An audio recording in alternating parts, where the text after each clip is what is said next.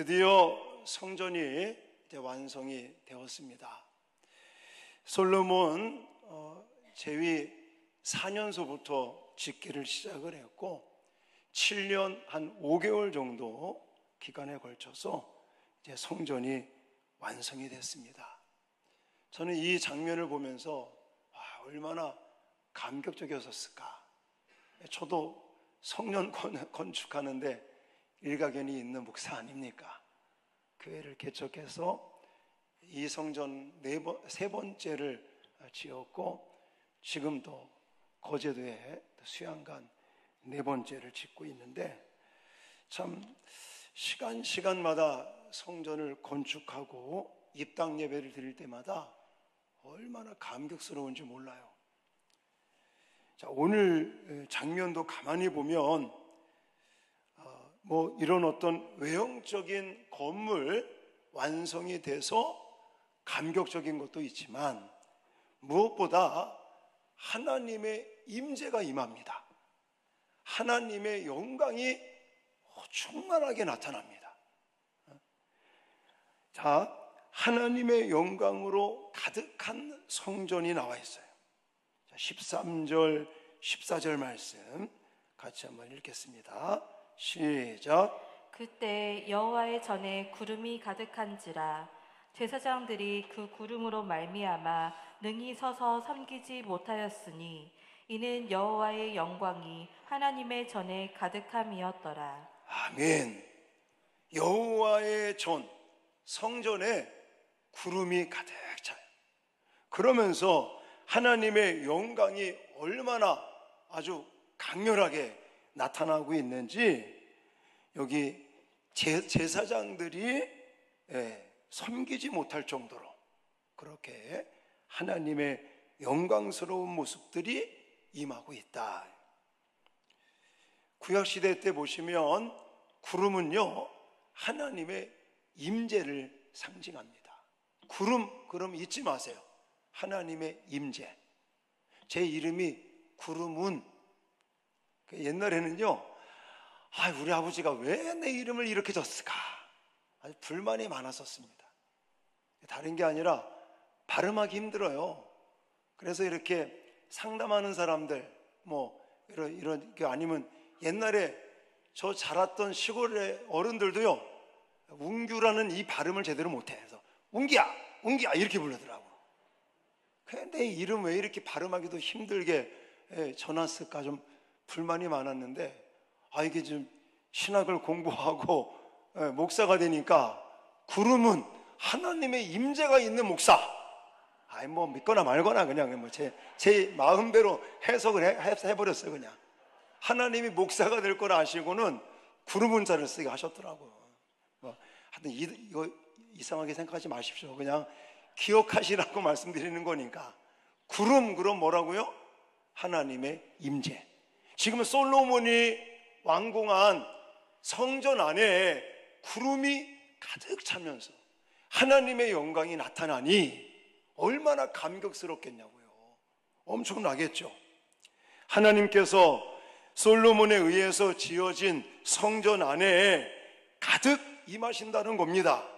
그것은 하나님께서 그들의 예배를 받으시고 그들의 기도를 들으시고 또 그들에게 하나님께서 약속하신 것들을 지키신다는 의미를 담고 있는 것입니다. 그러니 얼마나 감격스럽겠느냐고요. 자, 여러분 근데 이 건물, 빌딩 성전만을 생각하시면 안 된다고 그랬어요. 우리는 물론 성전, 예배당, 교회 이 건물적인 것도 물론 필요하고 중요하지만 사실 가장 중요한 성전이 어떤 성전입니까? 우리 몸, 내 몸. 이렇게 우리가 예수 그리스도를 믿고 하나님의 부르심을 받아 주 예수 그리스도를 믿고 택함 받은 모여서 예배드리는 이 자체, 이게 바로 성전이란 말이죠. 그리고 이 성전은 여기에만 머물러 있지 아니하고 가정에서도 또 사회생활을 하면서도 우리는 성전으로서의 모습으로 살아가야 될 줄 믿습니다. 그렇다면 오늘 본문의 이 내용들을 꼭 기억을 하셔야 되는 거예요. 왜 그러냐? 솔로몬에 의해서 약 7년 5개월 동안 지어졌던 그 성전만 성전이냐? 아니라는 거죠.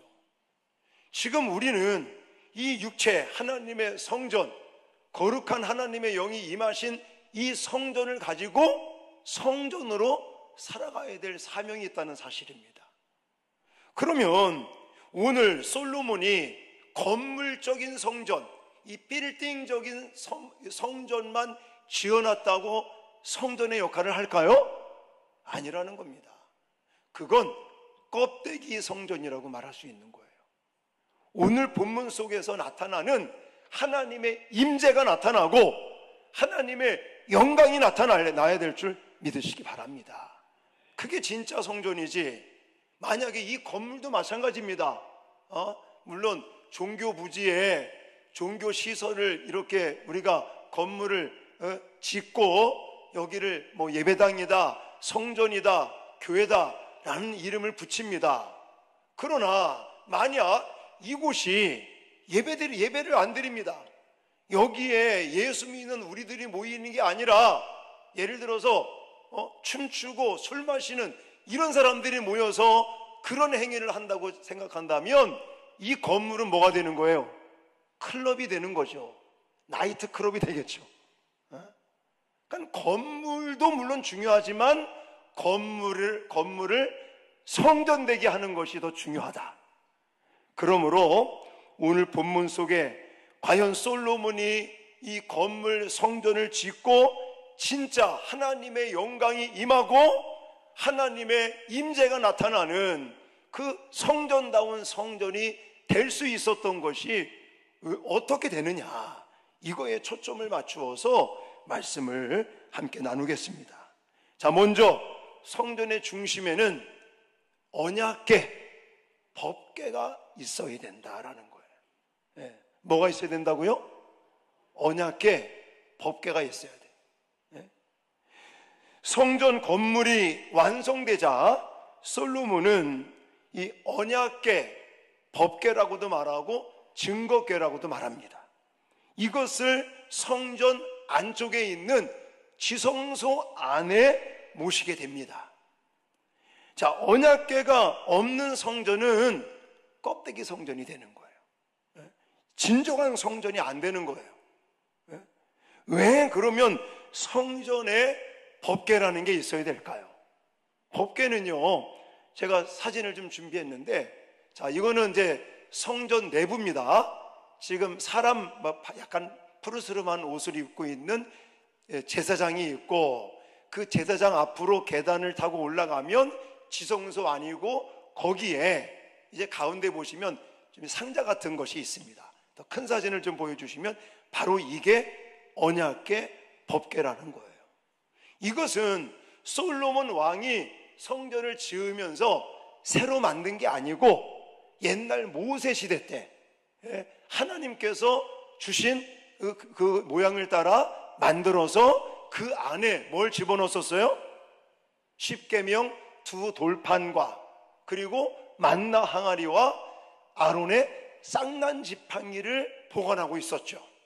근데 아마도 이거 뭐 성경에 나와 있진 않지만 오늘 본문에도 보시면 이 안에 지금 솔로몬 시대 때는 뭐밖에 없어요?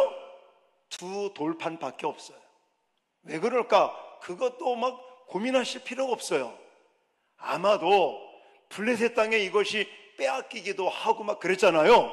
그러면서 소실이 되지 않았을까? 그렇게 추측을 하는 겁니다. 어쨌든 이 지성소 안에, 성전 안에 이 여러분들이 보시는 법궤가 있어야 된다는 거. 그러면 저 나무 상자, 금 도금을 해서 구름 모양으로 한 저 뚜껑이 있는 저 법궤만 있으면 되는 겁니까? 법궤라는 게 뭘 의미하는 겁니까? 그 안에 2 돌판이 있어야 되는 거예요. 그러면 돌로 만든 2 돌판만 있으면 될까요? 아니라는 거죠. 바로 저 법궤는 하나님의 임재를 상징하고 하나님의 언약, 약속의 말씀, 율법, 그 십계명 대표하는 하나님의 언약의 말씀이 들어있다라는 거예요. 다시 말해서 건물 성전도 물론 중요하지만 건물 성전만 지어서는 안 되고 하나님과 우리와의 관계, 언약의 관계, 하나님은 우주 만물을 창조하시고 또 우리를 부르시고 택하셔서 하나님의 백성들, 하나님의 자녀로 삼아주셔서 우리에게 구원을 주시고 또 필요를 따라 공급하시고 보호하시고 지키시고 채우시는 하나님이 되어주시고 우리는 그 하나님의 말씀을 따라 순종하고 말씀대로 살아가면서 하나님의 보호를 받고 하나님의 은혜 속에 살아가는 이 언약 관계가 중요한 거예요.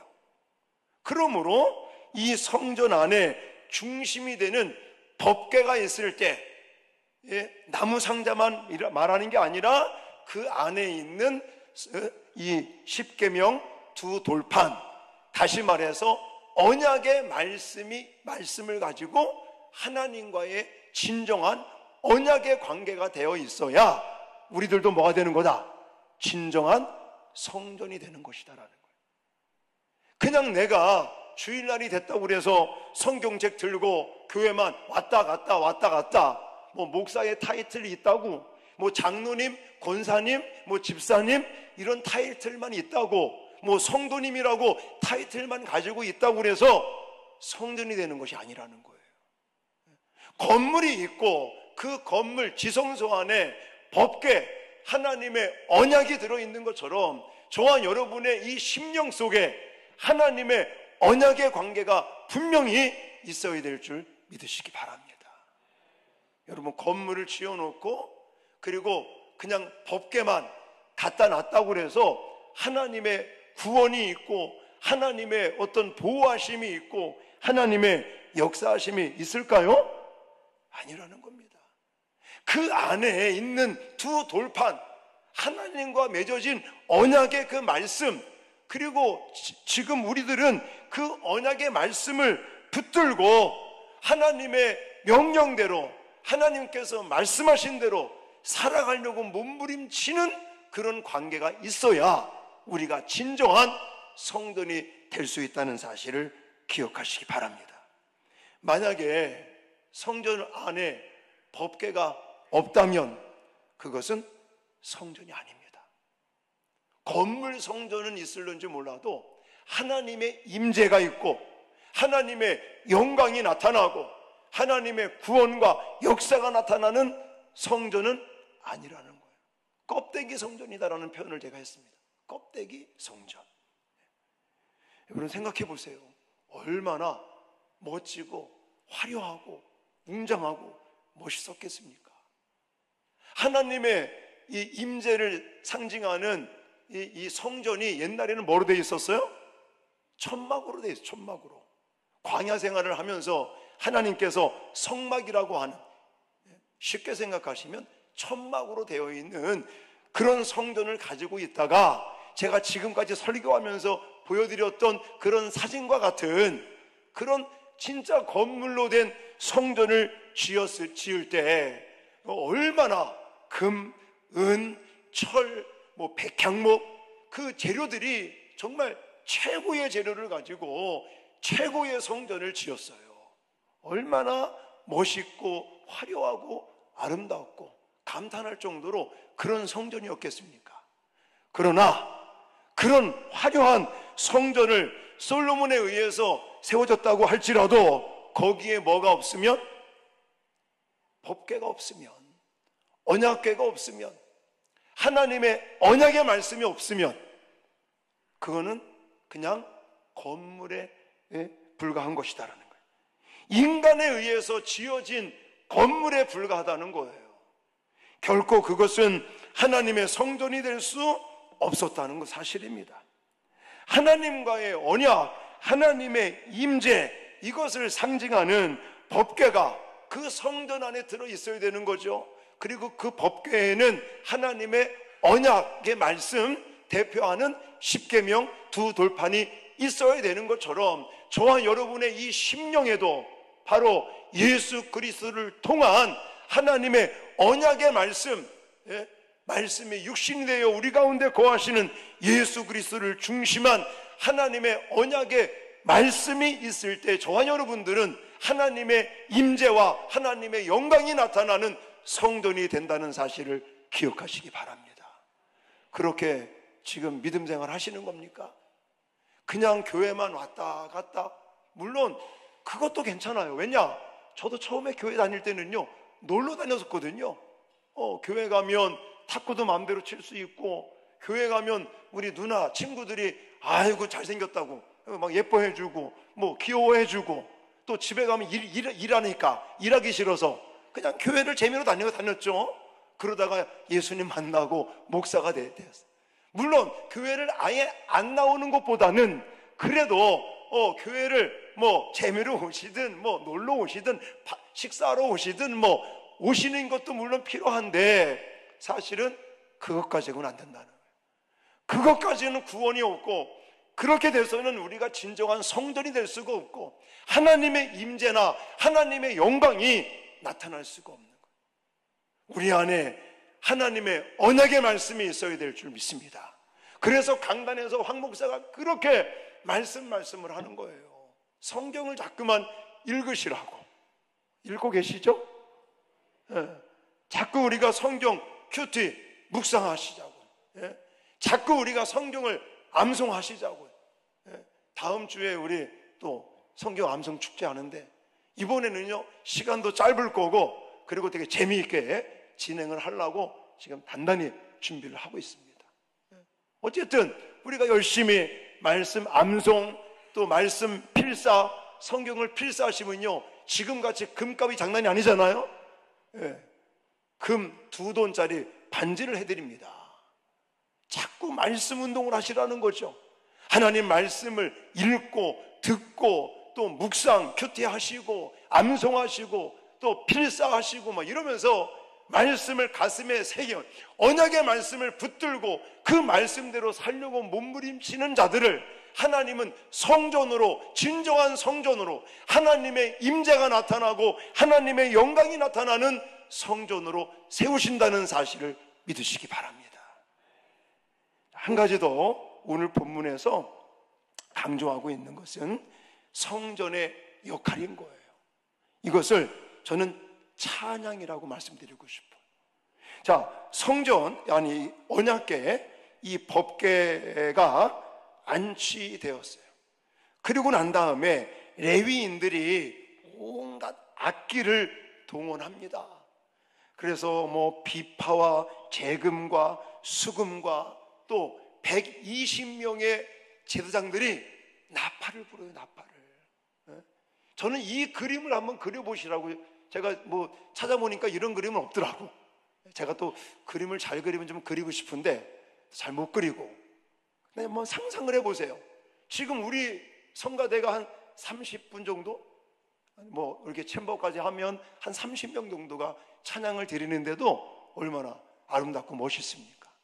근데 자, 12절 13절을 제가 같이 한번 읽고 말씀을 드릴게요. 자, 12절 13절 시작. 노래하는 레위 사람 아삽과 헤만과 여두둔과 그의 아들들과 형제들이 다 세마포를 입고 제단 동쪽에 서서 재금과 비파와 수금을 잡고, 또 나팔 부는 제사장 120명이 함께 서 있다가 나팔 부는 자와 노래하는 자들이 일제히 소리를 내어 여호와를 찬송하며 감사하는데, 나팔 불고 재금 치고 모든 악기를 울리며 소리를 높여 여호와를 찬송하여 이르되, 선하시도다 그의 자비하심이 영원히 있도다 하매, 그때 여호와의 전에 구름이 가득한지라. 아멘. 자, 노래하는 레위인들, 지금으로 말한다면 성가 지휘자, 성가대 뭐 대장, 이런 사람들이 동원이 됩니다.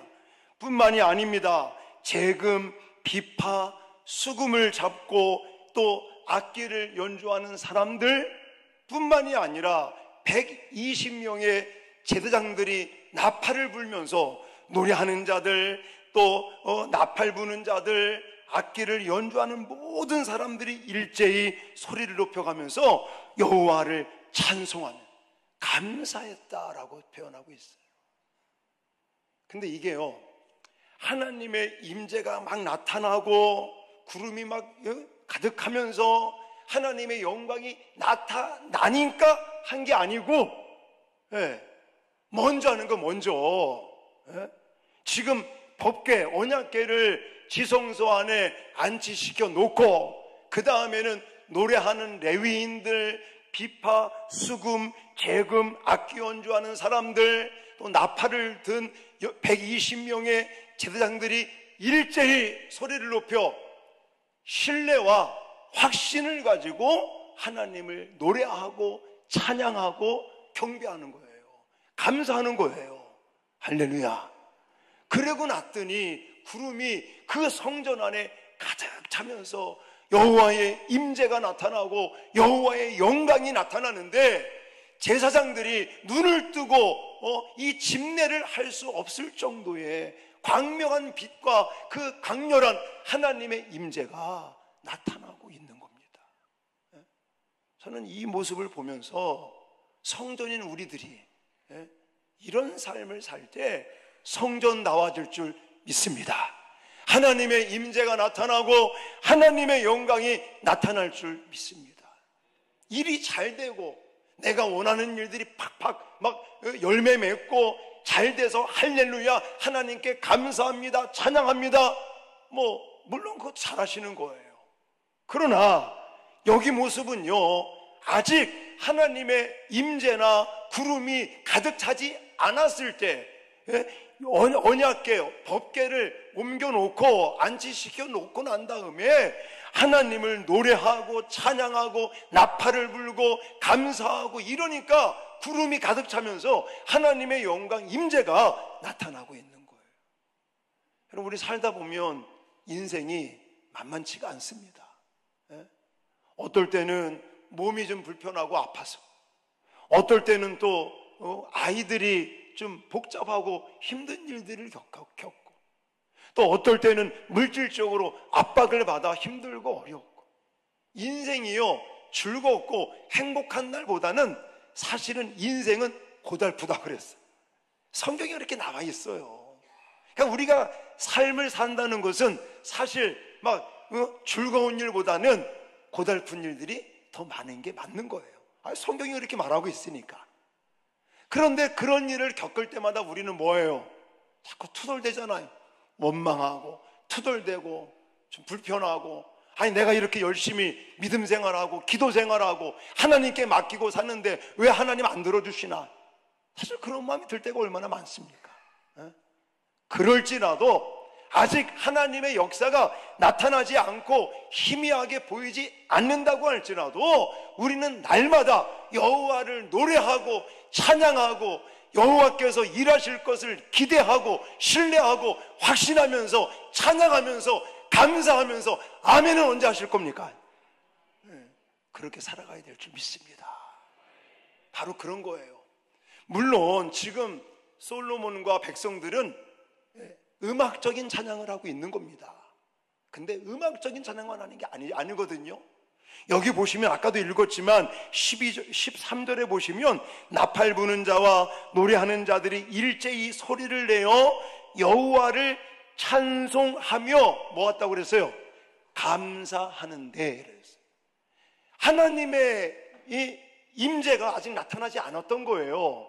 아직은 구름이 막 차고 있지 않을 때, 하나님의 영광이 아직은 나타나지 않았음에도 불구하고 지성소 안에 법궤, 언약궤를 안치시켜 놓고, 저는 그렇게 생각해요.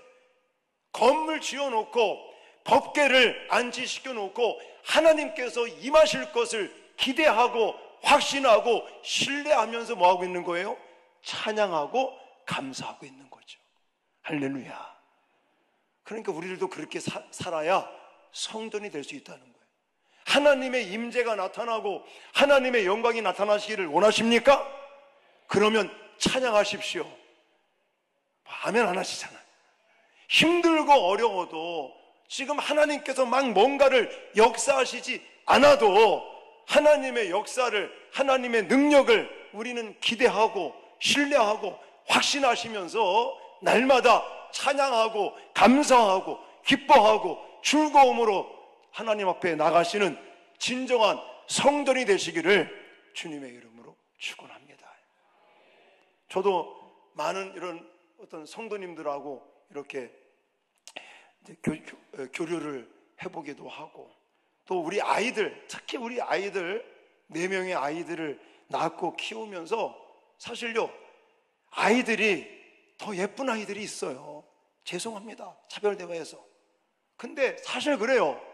우리 4명의 아이들이 있지만 제가 더 많이 주고 싶고 더 정말 예뻐해 주고 싶은, 이름을 밝힐 수는 없지만 아이들도 그렇더라고. 솔직히 말하면 왜 그런지 아세요? 나만 보면요 맨날 고맙대요. 그렇게 아빠가 목사라 고맙대. 에? 너무너무 아빠가 목사님이라 너무 행복하대요. 그러니 더 주고 싶지 않겠습니까? 저는 그래요. 솔직히 말하는 거예요. 이거 뭐 지네들이 이거 듣고 뭐 삐져도 뭐 어쩔 수 없지 뭐. 4명의 아이들을 키우면서도 어떤 아이는요 저한테 아빠가 목사지 내가 목사입니까? 이렇게 따지는 녀석도 있었어요. 근데 어떤 녀석은요 아빠가 목사라 자기는 너무 감사하고 행복하다. 제가 일 마치고 집에 들어갈 때마다 아빠야 하고 나와서 안아주고 고생했어요. 아빠 너무 감사해요. 이렇게 표현하는 아이들을 저는 더 마음이 가더라고요. 용돈도 더 주고 있어요 지금. 여러분, 물론 하나님이 우리 인간과는 다르지만 저는 다를 바가 없다고 생각을 해요. 왜냐? 성경에 보면 하나님의 뜻이 그랬잖아요. 항상 기뻐하라, 쉬지 말고 기도하라, 범사에 감사하라. 이것이 그리스도와 예수 안에 있는 하나님의 뜻이니라 그랬잖아요. 하나님의 뜻을 이루며 살아가는 그 사람들에게 하나님 더 복을 주시지 않겠습니까? 사랑하는 성도 여러분, 물론 하나님과 인간과 비교할 수는 없지만 저는 충분히 이렇게 해석하는 것도 문제는 없다고 생각이 되어집니다. 중요한 건 성전이 성전다워지고 그곳에 하나님의 임재가 나타나고 하나님의 영광이 나타날 때 이스라엘 백성들이 뭐 했다고요? 하나님께 찬양을 드렸다고요. 감사를 드렸다고요. 레위 지파 사람들, 악기하는 사람들, 노래하는 사람들 120명의 제사장들이 다 같이 모여서 소리 높여 여호와를 찬양하고 감사할 때 그곳에 구름이 가득 차면서 하나님의 임재가 나타나고 하나님의 영광이 나타났던 그 진짜 성전으로 하나님께서 세워주신 것처럼 저와 여러분들도 날마다 무슨 일을 만나든 즐겁고 기쁘고 잘 되는 일을 만나든 어려운 일을 만나고 힘들고 복잡한 일이 생겨도 우리는 날마다 하나님을 기대하고 하나님을 신뢰하고 하나님의 역사를 확신하시면서 날마다 찬양하고 감사하고 기뻐하고 즐거워하는 진정한 성전 되시기를 주님의 이름으로 축원합니다.